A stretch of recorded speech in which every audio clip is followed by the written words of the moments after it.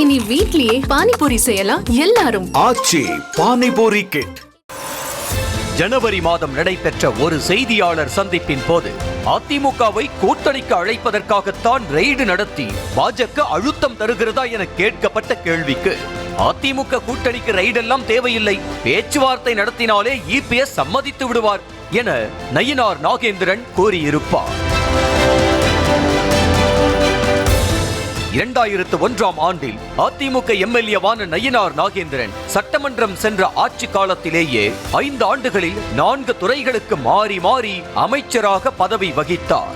2016இல் ஜெயலலிதா மறைவுக்கு பிறகு 2017 ஆகஸ்டில் பாஜகவில் இணைந்த நயினார் நாகேந்திரன் 2021 தேர்தலில் திருநெல்வேலியில் போட்டியிட்டு வென்று தமிழ்நாடு பாஜகவின் சட்டமன்ற குழு தலைவராக உள்ளார்.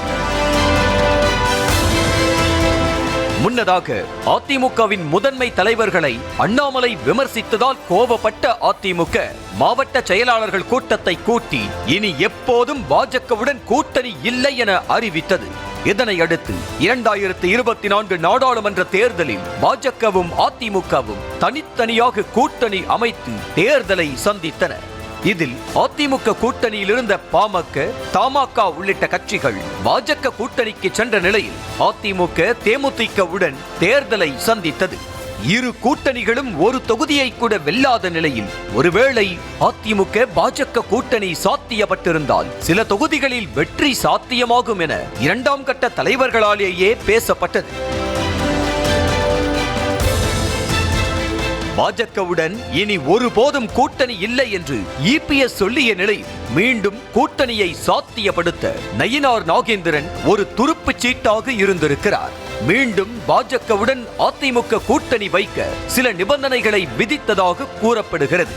அதில் முதன்மையானது அதிமுகவை கடுமையாக விமர்சித்தவரும் அதிமுக தலைவர்கள் மீது குற்றச்சாட்டுகளை வைத்தவருமான அண்ணாமலை பாஜக மாநில தலைவர் பதவியில் நீடிக்க கூடாது என்பதும், அதற்கடுத்து தங்களுடன் இணக்கமான போக்கை விரும்பும் கட்சி தலைவர் நியமனமான பிறகே கூட்டணி எனவும் கூறியிருந்த நிலையில் அதனை சரி செய்ய ஒரே தேர்வாக நயினார் நாகேந்திரன் இருந்ததால் அவரை மாநில தலைவராக்கி அதிமுக கூட்டணியை சாத்தியப்படுத்தி உள்ளது பாஜக.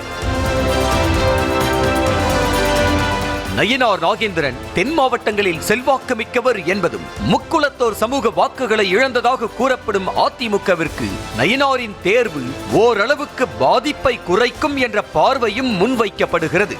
அதிமுக கூட்டணியை பாஜக விரும்பிய நிலையில் அண்ணாமலையை தவிர்த்து கூட்டணியை சாத்தியப்படுத்தவே நயினார் நாகேந்திரனை மாநில தலைவராக தேர்வு செய்திருக்கிறது.